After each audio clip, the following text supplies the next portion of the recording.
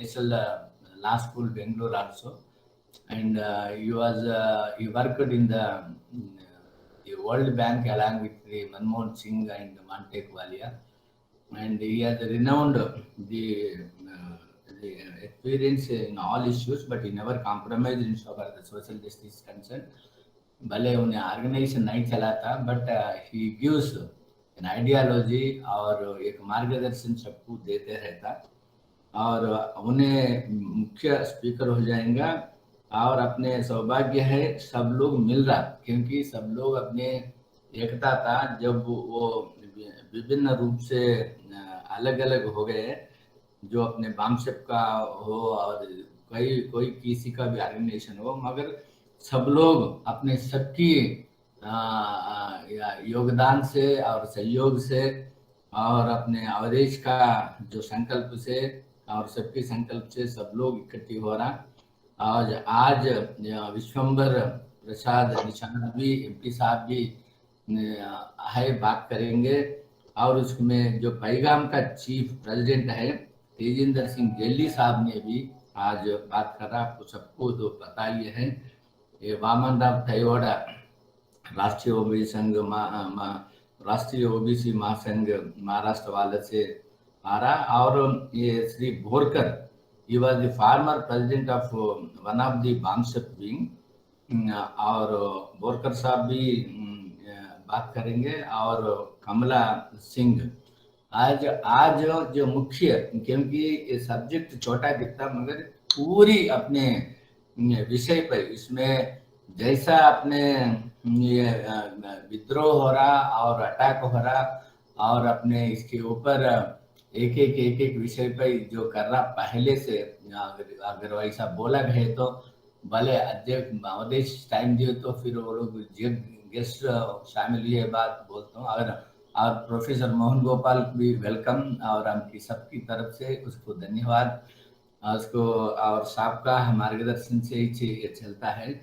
मगर जो परसों पेपर में देखा, जो श्री रविशंकर ने एक स्टेटमेंट दिया, और जाति के आधार पर आरक्षण नहीं चलेगा, विद्रोह हो जाएगा। विद्रोह किसके साथ हो रहा, और अभी एक के बाद एक देखा गए तो कॉन्स्टिट्यूशन ऑफ इंडिया अडॉप्ट करने के बाद जो सोशली इकोनॉमिकली बैकवर्ड क्लासेस का आइडेंटिफाई करने नहीं करा, वो विद्रोह है अपने बैकवर्ड क्लासेस के साथ। और बाद में आरक्षण नहीं दिया, और 1993 तक, और उसमें भी आरक्षण देके एक हाथ से दूसरा हाथ से ले गया, क्रिमिलेयर के अंदर है, वो विद्रोह है अपने बैकवर्ड क्लासेस के साथ। और उसमें और अपने कितने आईएएस बच्चों को, और बाद में एक अगर ला गए तो अपने 1993 में लोकल बॉडीज में जो आरक्षण दिया पार्लियामेंट में 243D6 243D6, और वो सुप्रीम कोर्ट ने काट दिया, और एम्पेरिकल डेटा बिगर कास्ट सेंसस के बिगर कोई भी आरक्षण नहीं हो सकता। वो अपने अन्याय है ओबीसी के साथ। और इसके बारे में महाराष्ट्र में बहुत आंदोलन चल रहा, और महाराष्ट्र का बैकवर्ड क्लास मिनिस्टर और वाडेटकर भी मुझे कल बात किया, भाई साहब आप बीजेपी को एक्यूज कर रहा, बीजेपी वाले आपको एक्यूज कर रहा, मगर बीजेपी का तो सोशियो इकोनॉमिक कास्ट सेंसस करने का वो उसका रिस्पांसिबिलिटी है, वो लड़ाई लड़ेंगे। मगर आप जो सुप्रीम कोर्ट ने आपको अधिकार दिया, आपको डायरेक्शन दिया, और empirical data socio economic educational caste census state level पे भी ले सकता, उसको social welfare educational employment development के वास्ते भी इस्तेमाल कर सकते, वो क्यों नहीं कर सकते? क्योंकि आप तो पार्टी में है, मंत्री है, क्योंकि कृपया करके आज स्टेटमेंट दो बोले तो उन्हें अच्छी बात है, जैसे साहब मैं दिए तुम बोल के कल स्टेट का कास्ट सेंसस हम करवाते बोल के कल स्टेटमेंट भी दिया करते। बहुत वो महाराष्ट्र में पब्लिश होता, वो भी अपने अगर बाबन राव तैयोड़ा है तो बोलेंगे उन्हें। और उसकी जो विद्रोह हरेक जाति जनगणना होता, अगर अपने जो सिटीजन अमेंडमेंट बिल में जैसा जो क्रिश्चियन उसका आंकड़े हो सकता, मगर हिंदू बाहर से आया और किसको हिंदू में भारत देश में आह्वान करना, किसको भगाना, वो पूरा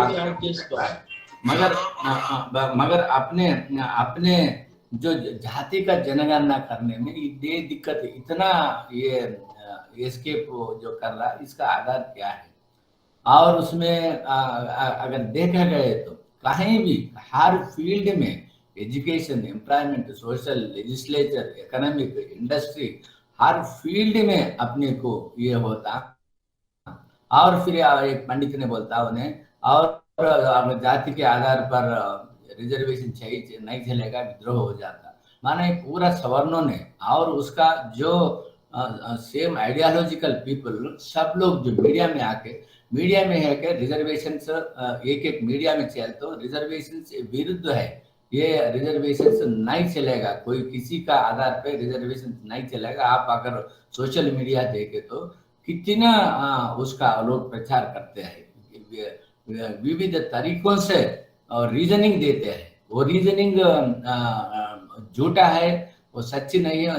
मगर आज की स्थिति क्या है, आज की स्थिति क्या है और किस तरीके से विविध विधों से अपने ऊपर ये अटैक हो रहा जो रिजर्वेशन के ऊपर, उस वास्ते हम अभी सब लोग इकट्ठा होने का, एकजुट के होने का, हमारे में छोटे छोटे जो भी अपने भेदभाव है वो अपने बाजू रख लेके जो मिनिमम कॉमन एजेंडा के ऊपर एक मुद्दे ले लेके उसके ऊपर और सामने ले जाना है। अभी मैं अवधेश को देता हूँ ये only a few of my observations as a presidential remarks. Thank you sir, आपने बिल्कुल अध्यक्षीय अपने कमेंट के साथ शुरुआत की इस कार्यक्रम को, और मैं इसी के साथ हमारे जो साथी जुड़ चुके हैं, हमारे स्पीकर्स माननीय, मैं इसको पढ़ लूँगा। ये एक चर्चा है कॉन्स्टिट्यूएंट असेंबली में 27 अगस्त 1947 हमारे स्वतंत्रता के 12वीं दिन पर जो हुआ है 1947 में, श्री मुनिस्वामी पिल्ले वो एक शेड्यूल कास्ट मेंबर थे मद्रास प्रेसिडेंसी से। वो कह रहे हैं कॉन्स्टिट्यूएंट असेंबली को ब्रिटिश के जाने के बाद 12 दिन के बाद, स्वतंत्रता मिलने के 12 दिन के बाद वो कह रहे हैं कि sir, there is a fear in the minds, of some of our of some of my friends, especially the scheduled castes, that Hindus are getting into power, that Hindu Raj is coming into force, and they may introduce Varnashrama that was obtaining years back again to harass the Harijans. So वो जो मुनिस्वामी पिल्ले साहब चेतावनी दे रहे थे वो आज सच हो रहा है। ये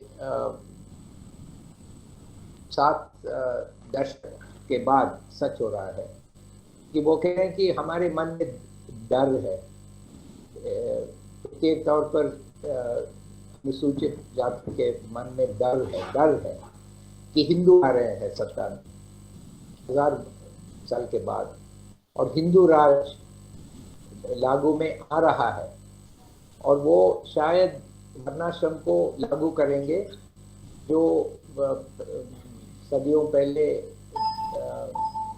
यहाँ लागू था हरिजन को सताने के लिए। आरक्षण का संरक्षण, बिना आरक्षण संविधान की रक्षा नहीं हो सकता है, और आरक्षण का संरक्षण संविधान की रक्षा के लिए भी है, और हमारी जो लुटाया गया अवसर है उसके वापसी के लिए है। तो इस मुद्दा पर हमको फोकस करना चाहिए, रिजर्वेशन की संरक्षण की, आरक्षण की संरक्षण, और पूरे देश में हमको यूनाइट करना चाहिए। ये कह के मैं यहाँ अपना शब्द अंत करता हूँ।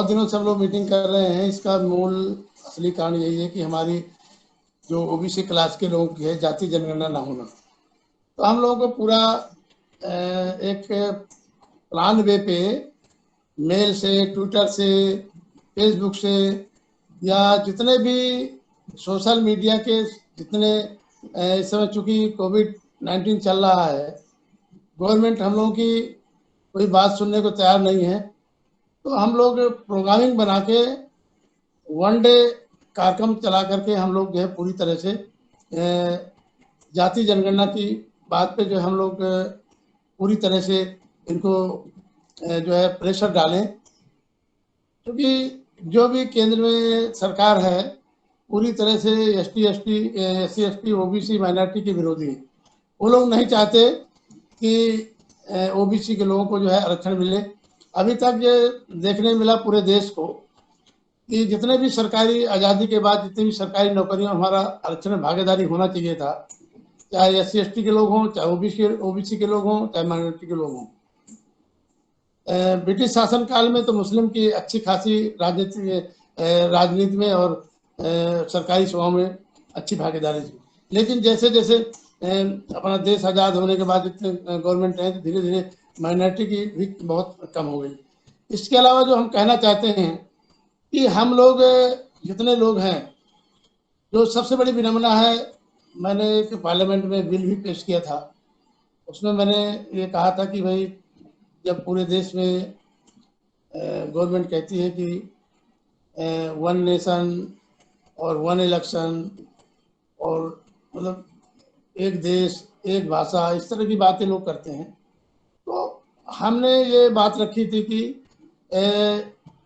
जितने भी देश में जो भीकर सेक्शन जो हमारे बाबा साहब अम्बेडकर ने हमको संविधान में अधिकार दिया था, जो सामाजिक और आर्थिक और सामाजिक और शैक्षिक और राजनीतिक आधार पे जो पिछड़ेपन है हमारे लोग, उनको जो संविधान में हमको प्रदत्त अधिकार हैं, तो हमको आरक्षण में भागीदारी मिले, आरक्षण मिला, लेकिन अभी तक केवल 6% लोगों को ही आरक्षण मिल पाया, चाहे हमारे SC ST OBC के लोग हों तो कोई भी हो। सवाल ये है कि हम लोगों को इस तरह से बांट दिया गया है कि राज्यवार सूची, कास्ट सूची बना दी गई है, तो कहीं हमारा व्यक्ति OBC में है, तो कहीं SC में है, तो कहीं ST में है। उदाहरण के रूप में मैं बता दूं, जैसे मध्य प्रदेश में छतरपुर जिले में प्रजापति जो है SC में है, तो सागर जिले में, दूसरे जिले में OBC में है। इसी तरह से पूरे देश में जैसे कोरी है, यूपी में SC में है, लेकिन अब गुजरात में चले जाइए, अन्य प्रांतों में चले जाइए तो वहाँ OBC में है। तो जो समस्या हमारे SC ST OBC के लोग हैं, जो लोग हमारे SC में लोग हैं, वो लोग सोचते हैं कि भाई ये हमारे ये OBC के लोग अलग हैं। OBC SC ST माइनॉरिटी के लोग अलग नहीं है। माइनॉरिटी में जो कन्वर्टेड हमारी जातियां हैं, जिनका जाति पेशा के आधार पे जिनको OBC माना गया है, वो सब हम लोग एक हैं, जिनको अति पिछड़ा कहा गया है। तो हम लोग ये चाहते हैं कि जाति जनगणना जब तक हमारी नहीं होगी और जब तक हम लोग जो है जाति जनगणना नहीं करा पाएंगे, तब तक ये हमारा लक्ष्य पूरा नहीं होगा। वो EWS को केंद्र सरकार ने बिना किसी की डिमांड के, बिना देश में कहीं डिमांड नहीं हुई, EWS के लोगों ने नहीं कहा कि हमको अधिकार दीजिए, लेकिन जैसे भारतीय जनता पार्टी की प्रचंड बहुमत की केंद्र में सरकार आती है और उसको बैठाने वाले SC ST OBC के लोग हैं, उन्होंने अच्छे दिन के चक्कर में और जो कांग्रेस ने भ्रष्टाचार किया था उसके चक्कर में कि भाई केंद्र में यही आ सकते हैं, तो सच से कांग्रेस से भी बुरी सरकारें साबित हुई। अच्छे दिन तो छोड़िए, हमारे पुराने दिन ही वापस कर दें। और जो हमारे साथ सबसे बड़ा कुठाराघात किया कि 10% जो है EWS को जो है दे दिया, आरक्षण कोटा दे दिया। आज कोई भी किसी भी डिपार्टमेंट की कोई भी वैकेंसी अगर निकलती है तो SC से भी नीचे मेरिट सूची जो है SC से भी नीचे उनकी जाती है और वो लोग जो है सिलेक्ट हो जाते हैं। तो आज देश में बहुत बड़ी विडंबना है। जिनकी आबादी इस देश में 10 से 12-15% है, आज उन्होंने तो 10% आरक्षण EWS का ले लिया। अब उनको तो कोई दिक्कत है नहीं, अब सारी दिक्कत हमारे लिए है। तो जो ये लोग कर रहे हैं पूरे देश में, इसीलिए प्राइवेटाइजेशन की तरफ जा रहे हैं। कि अगर सारी नौकरियां प्राइवेट में कर देंगे तो हमें किसी प्रकार का इनको आरक्षण देने की कोई जरूरत नहीं पड़ेगी। दूसरा सवाल ये है कि बड़ी बारीकी से हमको हिंदुत्व की तरफ ले जाना चाहते हैं और हमें जो है जातीय आधार पर 1931 के बाद कोई जनगणना नहीं हुई, तो हमको जिस तरह से इन्होंने देश आजाद होने के बाद चाहे कांग्रेस की सरकार रही हो चाहे आज की बीजेपी की सरकार हो, ये दोनों हमारे SC ST OBC के दुश्मन हैं। हम लोग जब तक पूरे देश में एकजुट होकर के नहीं लड़ाई लड़ते हैं तब तक हम लोग जो है सफल नहीं होंगे। और हमको संकल्प लेना पड़ेगा कि पूरे देश में जो भी इलेक्शन होते हैं, अभी 5 राज्यों के इलेक्शन होने वाले राज्यों के, इसके बाद 24 में केंद्र सेंटर का चुनाव होगा, तो हमको पूरी ताकत के साथ एक अपना मेमोरेंडम घुमाना होगा पूरे देश में अपने SC ST OBC के लोगों के पास कि जो हमारे जाति जनगणना की बात करेगा, जो हमारे भागीदारी की बात करेगा, अपने घोषणा पत्र में रखेगा। और खासतौर पर केंद्र सरकार तो फुल पावर में है, जैसे हमारे यूपी में फुल पावर में है, मध्य प्रदेश में है और केंद्र में है, तो यहाँ के लिए तो ये लोग प्रस्ताव करके हमारा कर ही सकते हैं। जब अटल बिहारी वाजपेयी जी ने जो सवर्ण क्लास में जाट और गुजर था उनको जो है बैकवर्ड में कर दिया, बिना उनके आंदोलन के बिना मांगे बैकवर्ड में कर दिया। तो आज हमारा जो परसेंटेज है राजनीति में, जो हमारा सरपंच प्रधान से लगा के जिला पंचायत से लगा करके हरियाणा और पश्चिम उत्तर प्रदेश में घटा है। तो ये लोग जो है अपर कास्ट को, जो लोग खुद मोदी जी जो पहले अपर कास्ट में थे, जब मुख्यमंत्री बने इन्होंने अपने को OBC घोषित किया।